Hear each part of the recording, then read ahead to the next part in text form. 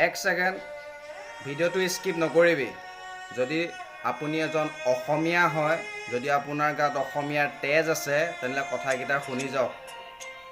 আজি কিমান দিনৰ আগত অভিজিত আৰু নীলক বহুত বেয়াকৈ মাৰিছিল, কিন্তু আজিলৈকে ন্যায় নাপালে। আজি কেইদিনমানৰ আগত মৰিয়নিত দেৱাশিষ গগৈক মাৰিলে। ন্যায় পাইছে নে না পোৱা কোনো কথা নাই, গমেই নাপাওঁ আমি আজিলৈকে। আৰু আজি গুৱাহাটী নুনমাটিত এজন পেগু মানুহক বহুত বেয়াকৈ চুৰিয়ে আঘাত কৰিছে। তো এইখিনি কথাত মই এটা কথা ক'ব বিচাৰোঁ, যোনে এইটো কাম কৰিছে সি উচিত শাস্তি পাব লাগে, আৰু শাস্তি এনেকুৱা পাব লাগে, তাৰ ফাঁচি হ'ব লাগে।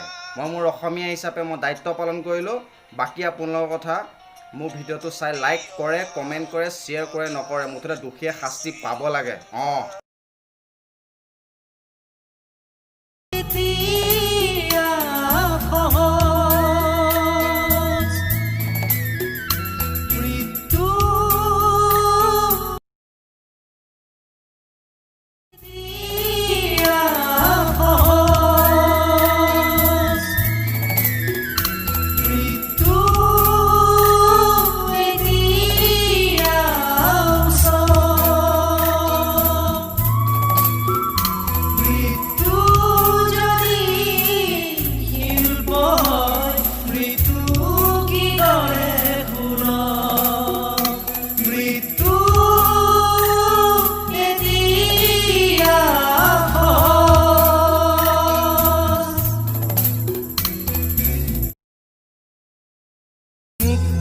হোৱাৰ সপোন দেখি পশু হোৱাত কিমান বাকী, জীৱন দিয়াৰ ক্ষমতানো কাৰ?